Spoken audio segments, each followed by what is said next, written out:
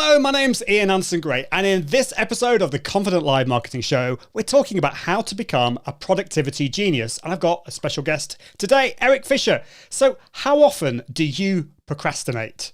Do you want to get things done and be more organized? Well, in this episode, you're going to learn how to level up your productivity when it comes to your content creation, your business, your life, and more. So we'll be with you just after this.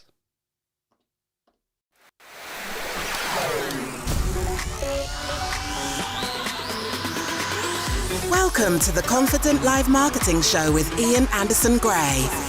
Helping you level up your impact, authority, and profits through the power of confident live video. Optimize your mindset and communication and increase your confidence in front of the camera. Get confident with the tech and gear. And get confident with the content and marketing. Together, we can go live! Well, hello, welcome to episode 134 of the Confident Live Marketing Podcast. In today's show, as I said, we're talking about how to become a productivity genius. I've got Erik Fisher on the show. Just to remind you, this is a podcast and a live show. So if you haven't listened to the podcast before, all you need to do is go to iag.me/podcast. Comes out every Friday. And of course, it's a live show. We go live every Tuesday and Thursday. So check out that. If you go to confident.live/subscribe, you can be notified for next time. Well, this show is sponsored by RESTREAM. Now, we're doing something very exciting today. We're using RESTREAM pairs. So Erik is actually broadcasting this. My guest today is broadcasting this to his channel. If you're watching on Erik's channels, hello, welcome. I'm Ian Anderson-Gray. You want to be wondering who I am? Well, I'm the host of this show, and I'll be interviewing Erik today.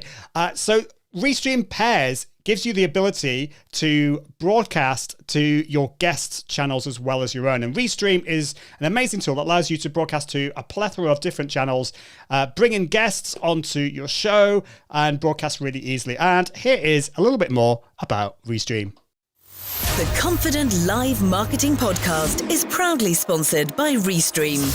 RESTREAM is the complete multi-streaming suite for entrepreneurs. It's the easiest way to broadcast live to over 30 destinations at the same time, including Facebook, YouTube, LinkedIn, Twitch, and so much more.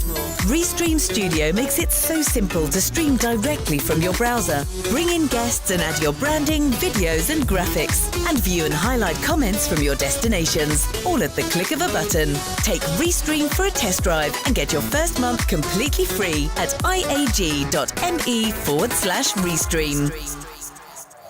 Awesome. Well, thank you, RESTREAM, for that. Well, it's time to bring in my guest today, Erik Fisher, who has been working in social media for over 10 years as a community manager and a social media manager. He is also the producer and host of the long-running Beyond the To-Do List podcast for almost 10 years. Welcome to the show, Erik. How are you doing? Hey, I am great.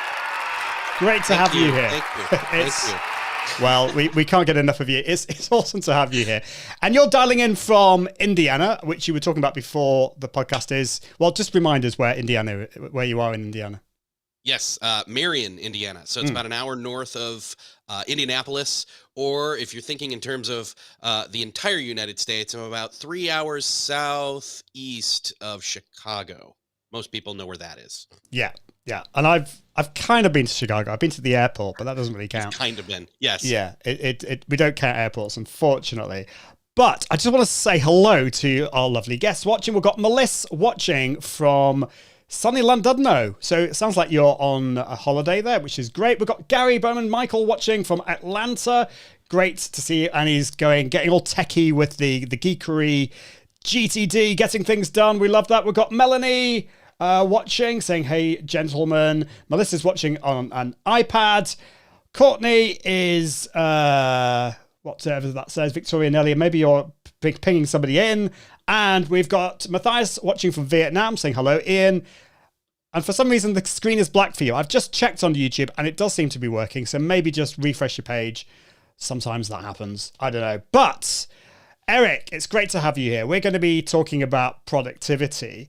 And that is kind of the main topic of your podcast. When did you start with your podcast. I'd love to know a little bit more of kind of when you started, and did you kind of realize how big it was going to be, or how big it was going to become? I definitely did not know how big it was going to become. I started it in August of 2012. So you can imagine that next year hitting August is going to mean that it's 10 years old. And so, yeah, no idea that one, I'd still be doing it. And two, that it would grow that big over time. Wow. Yeah. Well, I kind of look back at your first couple of episodes, and you didn't like start subtly. You started off with some pretty big names. So I see a lot of people starting with podcasts and dipping the toe in and just like, but you just went for it, didn't you? So tell us, like, why did you start the podcast? And just tell us a little bit about your background and how you got into it. Yeah, so it kind of converges a couple different things. You know, I'm fascinated with technology, as well as I was already into productivity, but didn't know it at the time. I've always been how can I get more out of my time, or get more things done, or how can I just get the things done that I need to get done, like most people are thinking of, right? It's just, oh my gosh, I've got so much to do. How do I get it all done? And even in high school, I was carrying around like a little notebook in my pocket that I could flip closed, and then a clicky pen so that I could, wouldn't stab me, and would pull that out and write notes. And that was just the early days of capturing. We didn't have digital tools, in our pockets with us all day long, all the time at that point. So I was already interested in productivity at that point. Moving on through college, when I worked out systems to get over dealing with ADHD, didn't get diagnosed with that till I was an adult, and even already had kids. So, and that'll shake you, having kids and ADHD. But Yeah. And then podcasting was something that, as soon as I heard about it, as soon as iTunes added it Apple added it to iTunes in the summer, I think it was June of 2005. I was sitting there at my cubicle at a job, and an iTunes update pop-up shows up, and I said, oh, cool, update. Take a quick break, go grab a cup of coffee, come back, and I'm like, what's this thing on the side that says podcast? And I click in, and I start playing around, and I realize these are radio shows that I can pause. That's amazing. Oh my gosh. So it was like TiVo. Remember TiVo? TiVo for radio. We take that for granted now. And I was instantly hooked, instantly kind of got into the podcast ecosphere. In fact, 2007, a friend of mine and I did a comedy podcast for a while there, like all year. And we were actually like one of the top 10 new comedy podcasts in iTunes. A lot of people don't know that. I need to know that. This is another side to you, Erik. Wow. Yeah. So okay. That was fun. That was really kind of, the 10,000 hour rule, getting a lot of podcasting hours in. Before then, I was co-hosting with Cliff Ravenscraft on Social Media Serenity, a show we created. Very productivity and social media minded. It's basically how to use social media without it using you, was the gist of the show. And then he was going to sunset that show. And I thought, well, I still want a podcast. What am I going to do? And eventually landed on the topic of productivity and the name, and kicked it off. And it's been 9 great years so far. Wow. I love that story. So you realized that this was something that you were interested in, but it was also something that you were working on, and something you wanted to learn along the way. I mean, it's kind of, in a sense, you were getting lots of free consulting hours, weren't you? Yes. Yeah. And in a sense, that's really what I was like, hey, you know what? I can talk to people that are super productive and get their best, chunks of knowledge from them, and it won't cost me anything except some time. Let's do this. Yeah. And how much has your productivity and your organization improved in the last 9 years since starting the podcast? So I want to caveat something. It has greatly improved. However, a productivity genius does not mean you're perfect at productivity.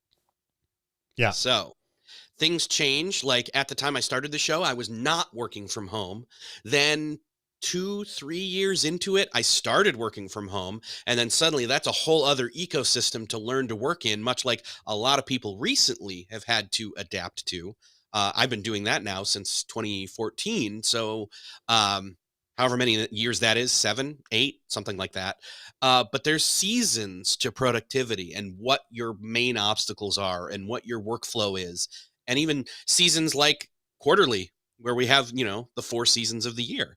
And so it just kind of transforms and rotates, and new things come along. You finally figure something out, and then everything changes again. So you've got to adapt. You absolutely do. And like, I'm using the word genius in a kind of not a flippant way, but I think we're all learning. And even if, like, Erik, you've said you're continuing to learn today, and I always say, if you feel you know everything about a subject, it's time to give up. Having said that, I don't think we can ever give up when it comes to productivity. Otherwise, we'll get nothing done. Thank you, Matthias. And you've said, don't forget to like and share this amazing content. So absolutely do get involved and like that. Melissa's having some internet problems, so no worries. You can watch the replay. I'm sorry to hear that. Now, question from, and I forgot, Courtney is saying, hi guys, excited for this episode. Great to have you here, Courtney. Challenge RTV asks you a question. Erik, we have seen a podcast becoming trendy lately. Why now and not before? So any ideas on why kind of, we've seen this with podcasts. I've said now, like 2015 is the year of the podcast. And we keep hearing this, but it is true. I think podcast is becoming now really, really much more popular than it used to be. Well, there's been waves of it, just like what live video. This is the year of live video. How many times have you heard that, Ian? It's every year.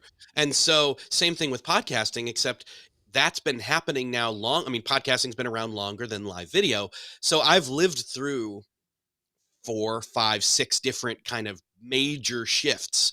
Spotify didn't used to have podcasting. Now it does. Now it's really active in the space. In fact, I would say they're probably one of the reasons why it has seen yet another surge recently. Yeah, I think you're right. And if you do have a podcast, make sure you're getting on Spotify and you're optimizing it for that. I love this from Grant. He says, I think a productivity genius means you're very smart about knowing what productivity things you need to improve on as well. Yes, it's knowing your weaknesses as well. So, okay, if you are disorganized, I'm going to make this about myself. I think I used to be very disorganized, and I've learnt how to be much more organized. But one thing I still struggle with is procrastination. And I know a lot of my audience struggle with this. Let's face it, we all do.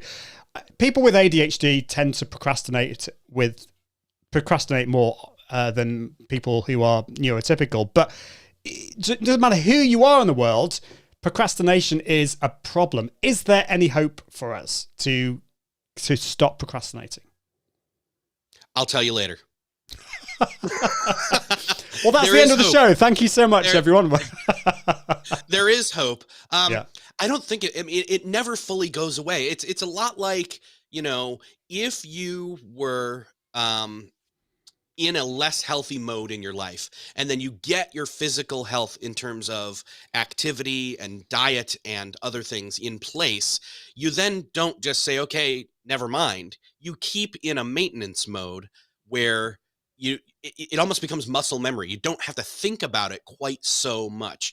And that, I think, is what we can strive towards in terms of procrastination.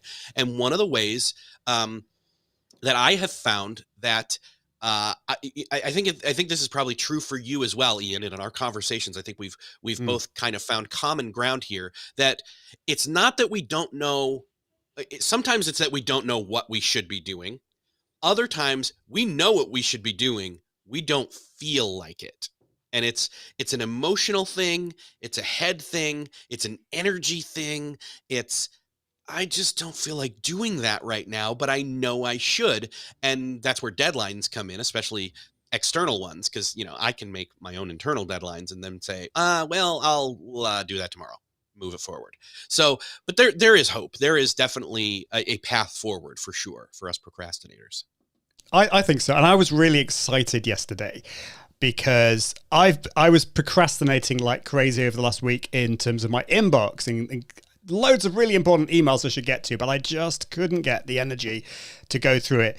And then I was taking my kids to their choir rehearsal in Manchester, And while I was waiting, I was outside a pub. I had a little bit of food and half a pint of beer, and I got my laptop out. And suddenly I was like in, I know, hyper-focus mode. I was going through my emails. It was like amazing. And I realized just actually getting out of my house, going to somewhere different, having something, having like a nice drink or whatever, just a treat, really helped. Do you think do you think that kind of works? And do you think there are little kind of hacks or tips like that we can use to help us? There are definitely hacks like that. I mean, you're using right there, you're giving an example of one that I will often use, which is get into a different space. If you're so used to staring at the screen that's on your desk, then pull that laptop into even your kitchen table or your downstairs basement if you have one, like I do, or go for a walk. It's amazing how if you're on a non-crowded street like I have here in my neighborhood and I have my phone, I can walk and dictate emails fairly quickly, and there I am doing multitasking. And we need this. I knew you'd be able to get that in you were somewhere. going to catch it. Yes. I know it's a slight delay, but yeah. But that's one of the times where, like, because you're ambulatory, because you're moving, your brain then is getting some endorphins and you're feeling better and you're not lethargic and sitting all the time. And your phone is then super awesome to be able to just dictate emails into, or just literally swipe, delete. Nope, don't need to reply to that one. That one's, those kinds of things. Definitely breaking up the monotony of what you're doing. And you might come to find, Ian, especially in your instance here, your example here, that maybe that the regular practice of breaking things up, like if you were to say to yourself, the next time the kids need to be taken to choir practice, I'm taking my laptop, I'm going to go get some food, get my half a pint or whatever, and maybe even some coffee, and boom, I'm going to sit and see if it hits you again. See if that, ritualizing of entering a workflow mode works for you. Because that's another way to do that, is to go through the motions of, I wake up, I take my shower, I drink my coffee, I do this, and then I sit and I do an hour of writing, as certain people would say. That's somebody else's workflow. But it's the rituals and the rhythm, the routine of doing that gets your mind into that workspace where it's like, oh yeah, even if I don't feel like it, this is just how I do it, That's fascinating. So I'd wonder, if you're watching or listening, what are your rituals? Have you discovered a place where you work, or maybe it's you walking or something you're eating? What is the ritual that works for you? I'd love to know, because I'm just kind of discovering this. What is it for you, Erik? What works for you? Yeah. So for me, the way it works best for me is I've got this pocket of time first thing in the morning where I drop the kids off at school. One of them not so far, the other one I drive. And then I get back, and then I immediately come in the house and check on the dog, and then go sit right at my desk. And I will always have a predetermined task that I'm going to do for the next hour. And then I'm taking a break. And so if I have something on my mind, it's not about that as a distraction. It's okay, I know I've got a break coming, I'll deal with it then. And so whatever it is that, that first of those small amount of definitive tasks I'm doing for the day, check one of them off in that first hour. That's cool. I love that. So we're going to be talking about tips and hacks in a minute, but what you were saying there about rituals and just the environment that you're in, I think environment is so important. Mm-hmm. I've actually realized I need to get some greenery in my office. Probably not real plants, because they would die very easily, but even like a fake plant, I think that's going to help. How important is our environment, mindset, our physical fitness and all those kind of things versus tools? That's the kind of the thing that a lot of people will go to first. Like there must be an app for that. Let's look at apps and stuff to help us. And I'm sure we're going to get onto that. But how important are the other things that we've been talking about, mindset and all that kind of stuff? I mean, you can have a tool perfectly set up to help you get a lot of work done, but if you can't stay focused, then you're not going to get anything done. And so ideally what you need to do is actually deal with those external distractions, those that come from outside of yourself, by putting up boundaries, turning off my phone is not at this desk right now, and it's in do not disturb mode. Nothing's going to shake me from talking with you right now and being present with you, Ian, right now. So putting up those boundaries. But at the same time, I'm a person. I'm a human being. I have thoughts inside my head, and I could be thinking right now while I'm talking to Ian. In fact, now I am, because I said it, so I'll just confess that. I'm like, what do I want for lunch today? Because right when I'm done with Ian, I get to go eat. So what am I going to do? Well, luckily enough, though, I already predetermined that ahead of time, so I already know what it is. So again, it's doing some of that pre-work, that ritual work of, I know what my day is going to have inside of it, and so I don't need to get shaken off. Now, again, how many plans do we make that then get changed because last minute something, some variable happens, emergency or otherwise, that's urgent. So yeah, I mean, it is definitely about having the time blocked out. It's about having the corrective amount of energy. I'm not on a sugar high right now. I've had caffeine, but I've not had too much caffeine, right? I've got a water here, which is a great way to stay hydrated and take a sip when I want to pause. Just like that. And think, right? And not just react to everything. So yeah, it's now, and tools, that's the other thing is now I have a trusted tool and I have my stuff in there. So, but I've done the homework, I've set it up, and it's working well for me. Well, I want to talk to you about all of that kind of stuff, because I'll be frank, that I get excited about that kind of thing. I think all the other stuff, the mindset, all that stuff, to me is harder work. I think it's really, really important, but it's like what you said, you can't just get the tool, you've got to set it up, you've got to get it working, you've got to be in the right mindset first. Before we get on to that, in our journey, do you think getting some help from outside is useful? So we can go for tools and all that kind of stuff, but how about coaches and I know counseling and all that kind of stuff? If we got a real problem with disorganization and procrastination, do you think there is a role for coaching? Oh, for sure. I mean, we don't know everything. We can confess and admit that right now, right? And so we need extra help. We need outside help. We need people who have expertise in certain fields to speak in to, and honestly, we need just eyes on the problem, or eyes on maybe the solution we just don't see that's right in front of our face, right? So no matter what field, it's always worth getting extra or outside counsel outside of ourselves. Yeah, definitely. And that could be a mastermind group. I know that you're a big fan of masterminds, and they've been really helpful to you. They have been to me. It could be paid coaching. It could just be coming to the conclusion that you don't know everything and you can't do it on your own. I think that was a big thing for me. Deb Mitchell is in the house. Great to see you, Deb, saying love seeing you guys together. It is awesome. We've one thing we should say is actually, Erik, that we've known each other for quite a few years. We've known each other probably from social media marketing world. I was going to say social media management tools. I don't know why that happened in my head. Social media marketing world in San Diego.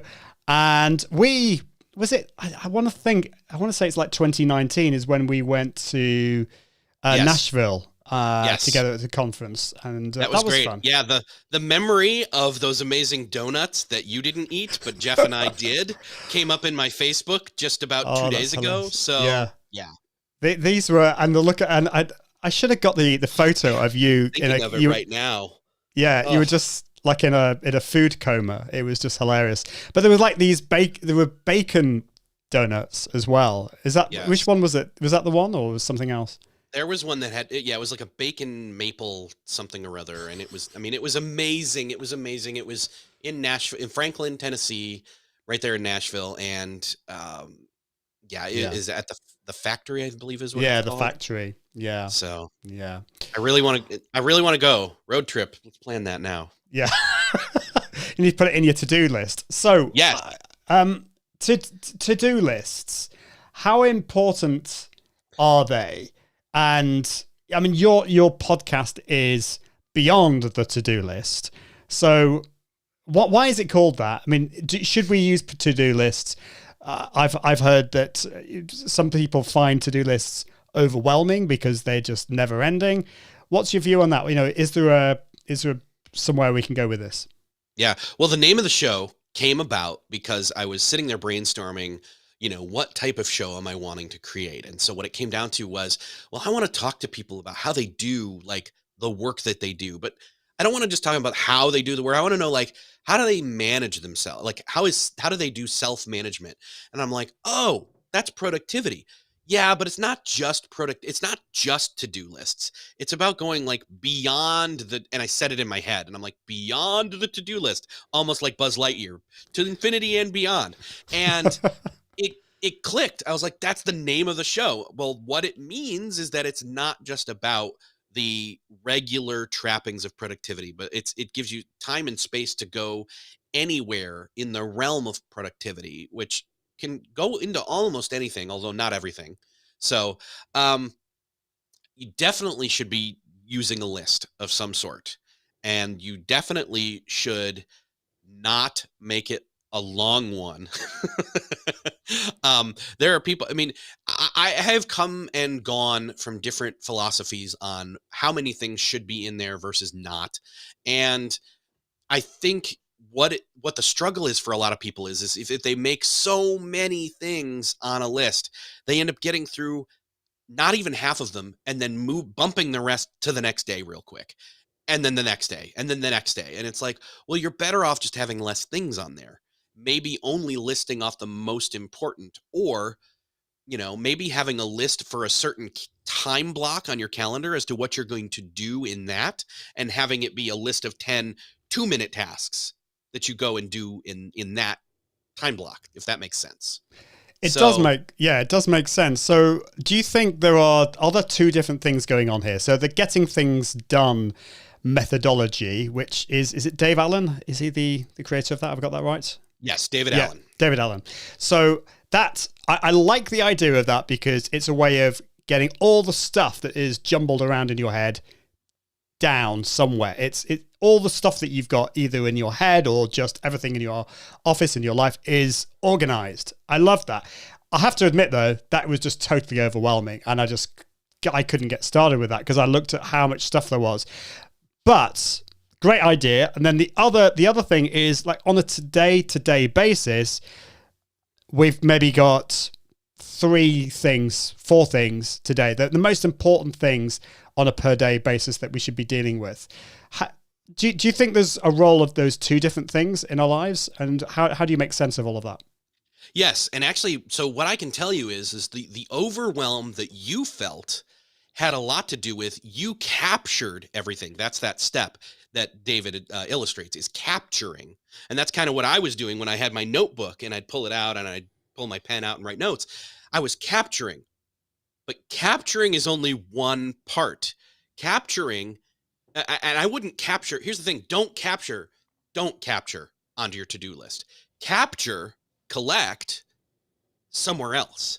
Then go over what's on there and parse that out into different lists, like a someday maybe list, or a next summer list, or a next quarter look at this and see if it's viable then list. Or, you know, a to-do list for me is immediate. It's daily, it's weekly, it's monthly, and beyond that, it really needs to be more calendar based versus task list based or project based. And so for you, Ian, I imagine you got overwhelmed because you suddenly saw a list of 75 to 100 things and said, I can't do all of this. The problem with that is you, in your head, had almost suddenly made an agreement that anything you wrote down had to be done by you right now, and you better figure it out. And instead, what needs to happen is moving into the next step that David Allen talks about, which is then deciding what you're going to do with all the stuff that you captured. And so what I'm saying is be very curation minded when it comes to your to-do list. Do not put too many things on there. Like, so for example, mine today has this right here with Ian. That is one of, I think, 3, maybe 4 things. And this is the third thing I'll be checking off. And then I have like one more thing for the afternoon, and that's it. Now, am I going to work on that all afternoon? Actually, probably, because it needs to get done. But that's the thing. And then that's it. And if it doesn't get done, at least I'll have gotten a certain amount of it done, a large percent of it, I should say. So that's very helpful. So like, don't get overwhelmed. Don't think you need to do everything. It's extracting the important stuff that you're going to do on a daily basis as well. Now, there's a great tweet here from Matthias from Challenge ITV, who's asking, what is a winning checklist and what is the best way to get out of the procrastination cycle? Any specific methodology? He says, it's not a one-day win, I am sure. It requires a lot of effort. So any thoughts on that? Yeah, so let's take that that procrastination angle. Again, this is one of the ways that we get out of procrastination, is to say, well, what's the thing that I keep putting off? Okay, well, what is the small, if it was a pie, let's spin this positively. Say, or a donut. Let's say that thing you keep putting off is a pie that you get to eat. It's not that you have to, but you get to. Well, what's the smallest slice that you can do and not have it overwhelm you?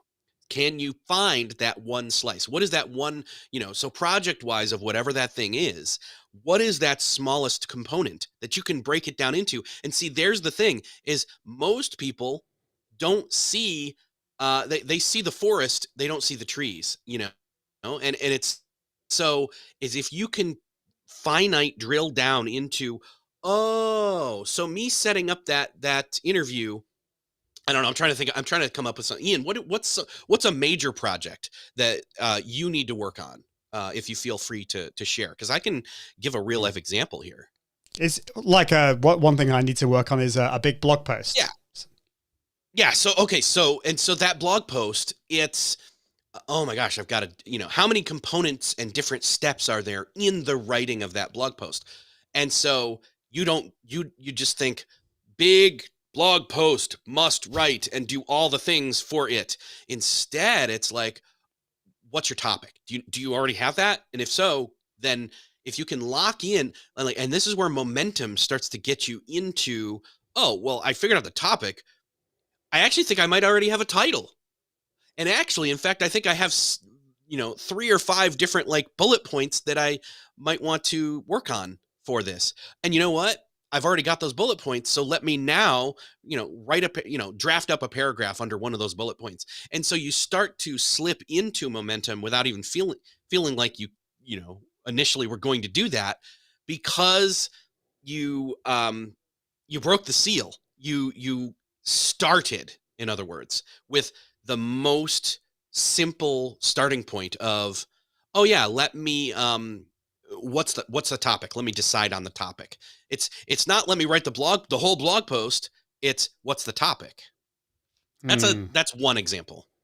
That's so helpful. So breaking it down, because you're right. In my head, I need to write a blog post, and there's so many more bits to it. And if I just focus on the first stage, I love that word you used, momentum. It is getting that momentum, because once you start with it, you think, oh yeah, I've got all these other things that I've already done, and it's not as difficult as I thought it was. So I wonder whether that resonates with you, if that's something that you struggle with, and I hope that has been really helpful for you. If you've just joined, welcome to the Confident Live Marketing Show.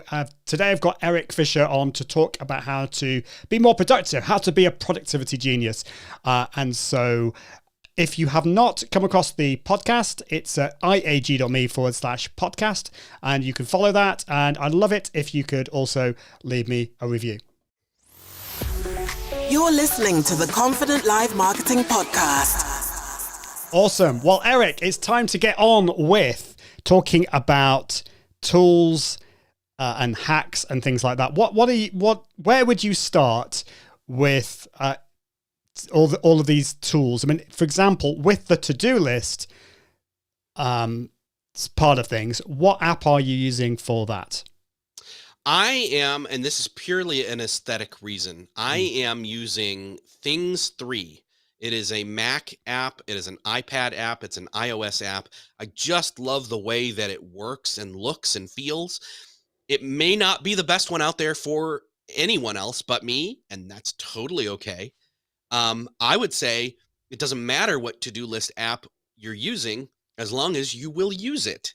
And so maybe download some of the ones that are free or have a paid upgrade and try them out, see how they look, how they feel, how they capture. And again, I didn't say you want to capture to your to-do list, but it's one of those ones where it's like, you know, how easy is it to move things around or group things together or check things off? And, you know, does it feel good when you check things off? Don't downplay just that small aesthetic feeling. If it will get you to use it as a trusted system, then go for it.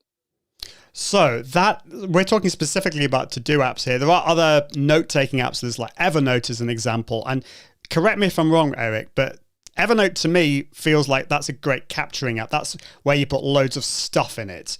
And I think in the past I've tried to use that as my to-do list and then I've got overwhelmed. But is there have I got the distinction right there? Yes, correct. Yeah. And so what and I use Evernote. I still use Evernote. There's a lot of people who've maybe dropped off the Evernote bandwagon.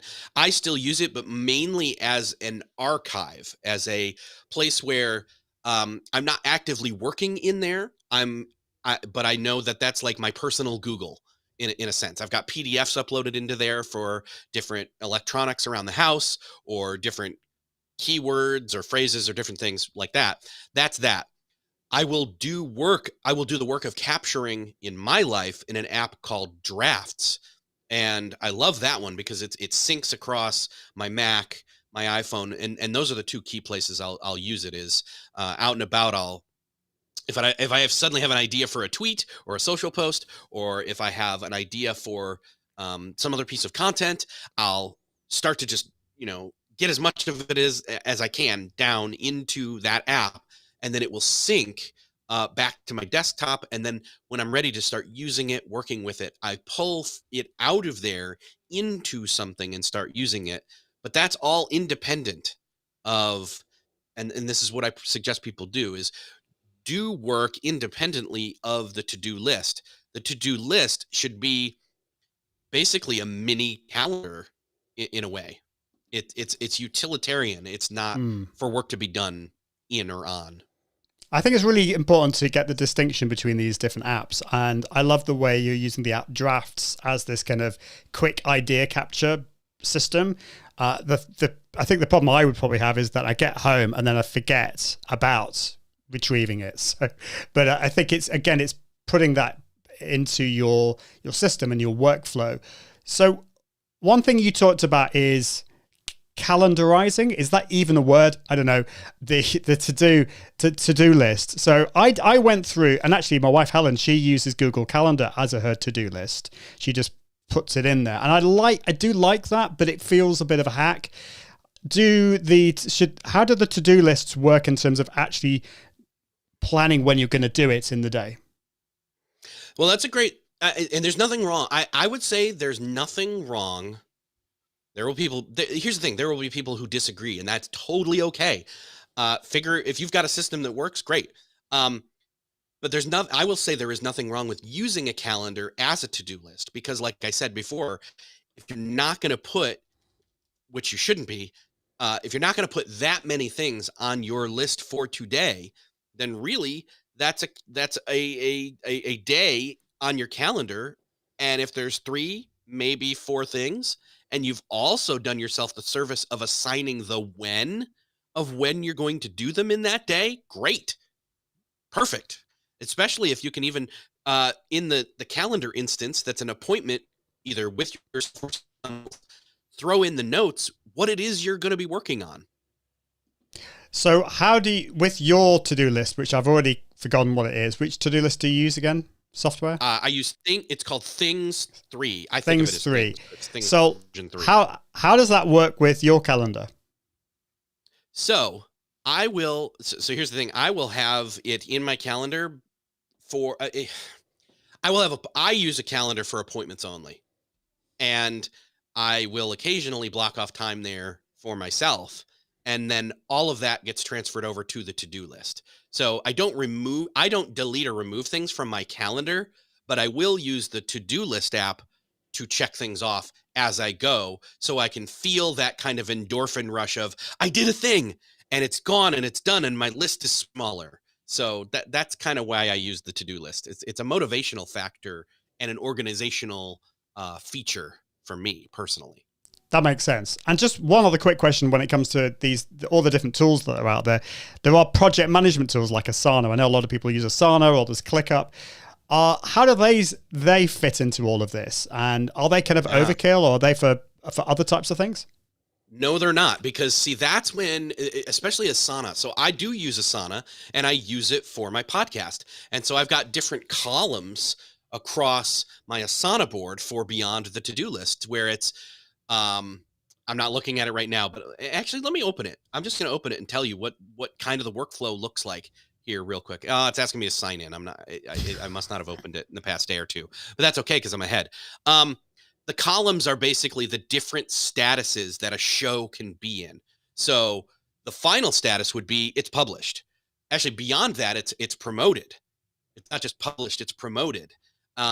Working backwards, it's edited, or it's produced, it's edited, it's recorded, it's scheduled, it's in process of scheduling. So being able to use a Kanban board, which is what that Asana is actually for, is to, you imagine you're at a big wall and you've got these different columns, you've got these different cards, and it's like, oh, if Ian's going to be on my show, well, let's schedule that. Oh, it's scheduled. Move it to it's scheduled.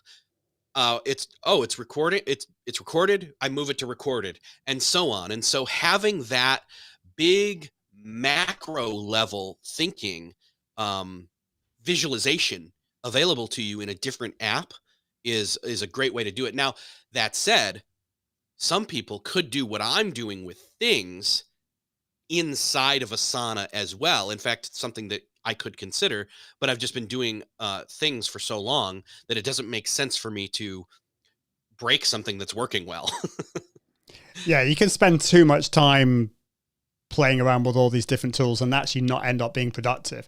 That's really helpful. I love what you're saying there. Gary is saying priority matrix for maniacs like myself. That I did have a quick look at that, and that looks very, very scary. And also, he also says, here's an interesting thing I learned. If you do a mix of technical and creative projects, keep them on separate lists. The average person shifts from slightly more right brain to left brain every couple hours. Then you feel spent from technical work. You probably would get more done on the creative stuff. I think that's an interesting one. What are your thoughts on that, Erik? So that goes back to what you were saying about you were avoiding doing email, and then suddenly you found yourself like pumped to do email, sitting there at the cafe or the pub or whatever. And that is one of those things where it's like, okay, find the right environment and the right task style, or just, I mean, if it's admin or if it's creative. And that's what I found. Like, so for example, I can go to a coffee shop in the morning and knock out either a bunch of stuff that's admin, or I can go in the afternoon and I can be creative, because my style of what I'm best at is different versus what time of day it is, as well as what my environment is. Interesting stuff. I totally agree with that. Now, we've got our to-do list software. We've got a note-taking app and all those kind of things. That's great. What else should we go for? Is it all high-tech stuff? Is there a role for a notepad, pen and paper? Because I've heard It's said that there's something amazing about the tactile feeling of pen to paper. Any thoughts on that? Yes. So one of the things that I'll do is prior to, this is another David Allen thing called a brain dump. And essentially it's capturing, I mean, it's already captured. You've got all the stuff already in your head. You want to get it out of your head and onto something else to then be able to decide whether it's even something you should be thinking about or doing anything about at all, now or later.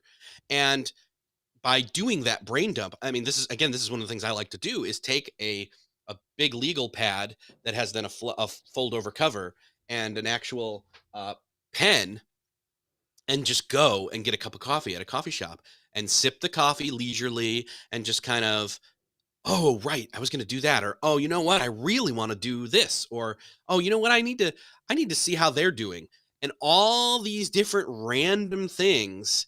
It's like flushing. It's like a mental, emotional, whatever you want to call it, like detox of, let's get all of this out of our system and down somewhere, and then leave it alone. And then in a day or two, come back and say, oh yeah, I do think these are good ideas. Or I think, yeah, that's definitely something I should do. Or, ooh, that one right there, that's a 2-minute thing. Let me throw that in my hour calendared block of where I take care of all my 2-minute tasks this week that are admin. So analog definitely lets you more leisurely get into the mode of what I'm getting at here is this: it's almost one part admin, one part creative, but it's definitely homework that nobody really typically does on a regular enough basis. And so then it's always up here. And so then when you're sitting in front of the screen during a focused block of time, those things start popping out. And it's like, oh, I wonder how Ian's doing. Or, oh, I should ask him, and it's like, no, I got to do my work right now. Stop it. So by doing those regular, like detoxes or brain dumps, and then having a time to decide what to do with the stuff that comes out of that, you suddenly feel like you're less distracted and can focus better. That's another way that some of that procrastination goes away. Yes. And I've found going away for it could be a couple of hours, going for half a day if I can, away from the home, leaving technology behind, which is always scary for me, and just a notepad. And I just get so many ideas. And I actually found a notepad from 7 years ago, and I kind of put on down there. It was one of these kind of hopes and dreams type things.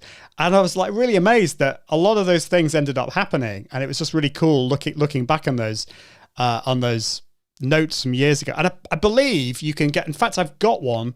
I just haven't used it. There's a notepad you can buy now with a pen that then allows you to scan it later to make it digital. So there's all these cool things that you can buy now if you want to go down that route. So we've got that. What next? What other things could we do to help us to be more productive?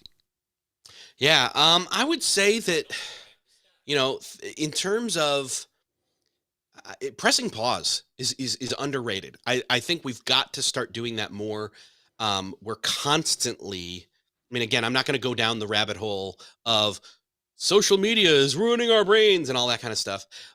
It's not necessarily that it's social media so much as it is we feel like we've got to fill every single second and minute of the day instead of letting our brains breathe and having thoughts, that bubble up to the surface from, the lower regions of our brain. That, some of your best ideas may be waiting to come out, but you're so busy, picking up your phone in between meetings or calls or whatever.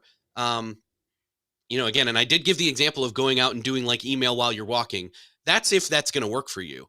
But if you need to go do a walk without any technology and just letting your, no podcasts, that's what you need to do to let your brain have rest and downtime. So doing less decidedly, intentionally resting and intentionally having margin in between calendar appointments, calls, meetings, even in between the time you stop work for the day and the time you're then going to be present with your family, friends, relationships, etc. in the evening or whatever your work schedule happens to be.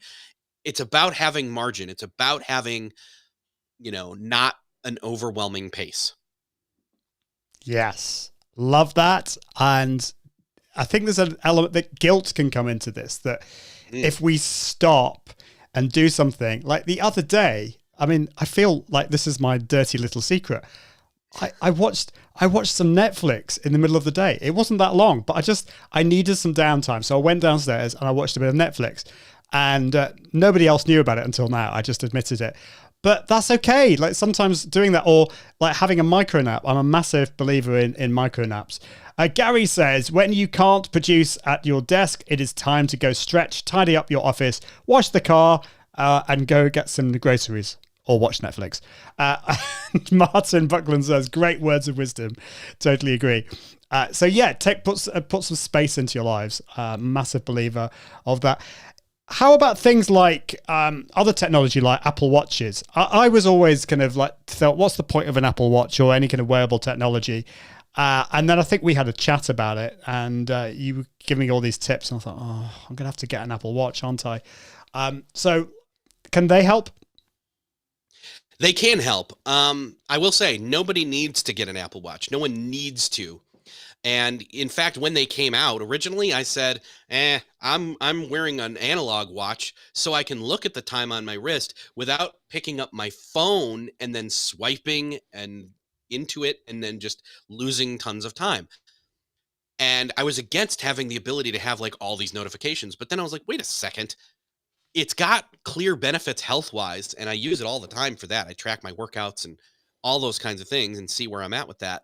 But also, you can turn all the notifications off. Like I have almost nothing on. And in fact, what's great is being able to wear the watch in the evenings or in other points in time where I want to keep I'll keep my phone sitting here on the desk charging. And it's not on me all the time to then dive into and get lost in and get distracted when I can be present with whoever or wherever I am. It's taking back that control, and I love that word present, being present.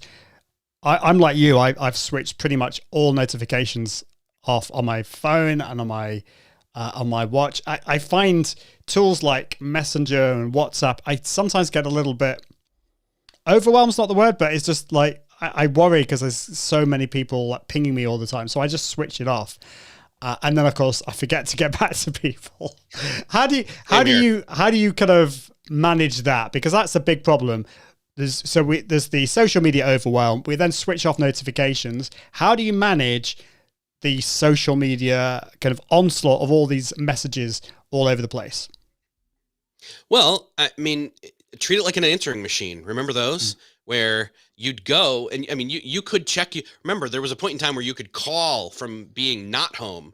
You could call your answering machine and punch in like deet, deet, deet, like your 3 or 4 digit code, and then it would play your messages back to you. Well, it's like that. Set a time to go check the messages and then walk away again. Don't take the whole internet with you wherever you go, or at least try to take steps to not be jumping into it every single moment that you pull out your phone. So it's, and I will point out a great book for this, actually 2 great books. Digital Minimalism by Cal Newport is one, and then Indistractable by Nir Eyal are the 2 books that go hand in hand with putting up the right boundaries to be able to use technology for all its pros, but not be overwhelmed by its cons. Great recommendations. I will put them on my never-ending book list. I'm looking forward to that. Bob Farnham is here. Says, I'm a big fan, big fan, in fact, of David Allen's Getting Things Done. Great discussion today. Thank you. Great to have you here, Bob. We really appreciate you being here. Well, we're almost out of time. And just before we you can share your final tips and any other things that you feel that would be really useful for us in terms of becoming more productive. How can we find out more about you and, of course, your podcast? Yes. Well, everybody's welcome to join me over at beyondthetodolist.com. And in fact, right now I'm putting out all this month of September, I am putting out once a week a short cast, which is a bonus episode. You can see there's one right there with James Clear on atomic habits. So if you want a quick, 10-minute episode to dive into habits and James Clear's Atomic Habits book, which is a great book, you can go over there and check that out. I'm doing that all this month to just kind of let people know, hey, these short casts that I do in conjunction with Blinkist are there and they're available. So Beyond the To-Do List, you can go check that out. and that's where you'll find the shortcasts and the regular episodes. That's great. So the shortcasts, how long are they compared to your normal episodes? Normal episodes are near 40-ish minutes on average. A shortcast is going to be about 10 minutes. Well, there you go. If you don't have enough time in the day. Saving you time. Yes. It's saving you time. I love that. And I'm a big fan of Blinkist as well. It's great service. So we are almost out of time. Of course, by the way, you are, of course, scattered yourself across all the socials as well. Where do you tend to hang out from a social point of view, social media? Or do you, of course, you switch all the notifications off, so there's no point in talking to you, really. Sure. Well, come on. But again, I go check my messages. I'm joking. You're painting me in such a bad light here. I would say Twitter is probably the main place that I spend time. I do Facebook here and there. Some LinkedIn and some Instagram.